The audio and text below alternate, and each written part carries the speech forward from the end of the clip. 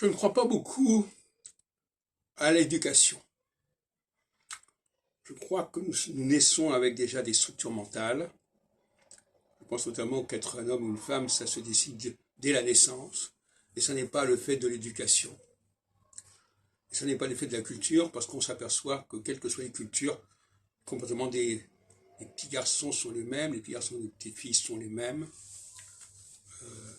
Donc c'est un canular de faire croire que c'est l'environnement qui détermine la mentalité. Cela dit, effectivement, je crois qu'il est important de s'intéresser au psychisme des gens. Et ce psychisme, il n'est pas dicté par la culture, par l'éducation, mais dicté par le sang, par l'hérédité. Et donc nous le portons en nous.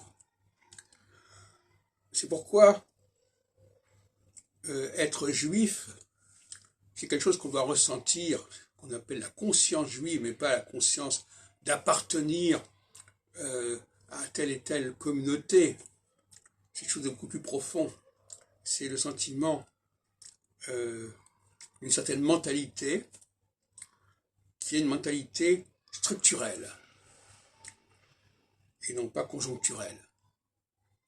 C'est-à-dire qui s'intéresse aux choses fondamentales, et non pas à ce qui est de l'ordre de la variation, de l'aléatoire. Or, être chrétien, c'est être dans l'aléatoire. On devient chrétien, on se convertit, voilà. Ou bien on cesse d'être ceci, on cesse d'être cela.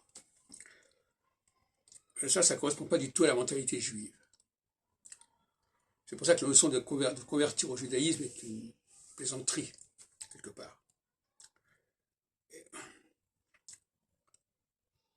Les juifs, on les voit aujourd'hui, depuis plusieurs siècles, ils ont un sens très aigu de la science, aussi bien des sciences sociales que des sciences physiques, aussi bien chez Durkheim ou Lévi-Strauss que chez Einstein et d'autres, sont des gens qui ont un besoin d'objectivité et qui doivent avoir une théologie de l'objectivité. Qu'est-ce qui s'est réellement passé et non pas ce qu'on attendrait qu'il se passât. Et ça pose la question du rapport au temps. Les Juifs, finalement, ont un sens aigu du passé, des racines.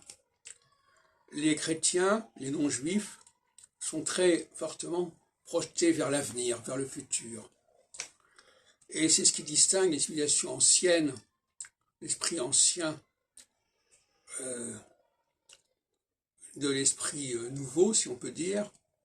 Et en même temps, c'est un point que j'ai abordé récemment,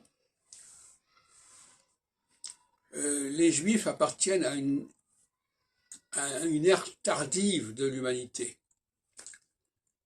alors que les chrétiens et les non-juifs sont des humanités beaucoup plus primitives. Donc ça, c'est un paradoxe éventuellement à étudier.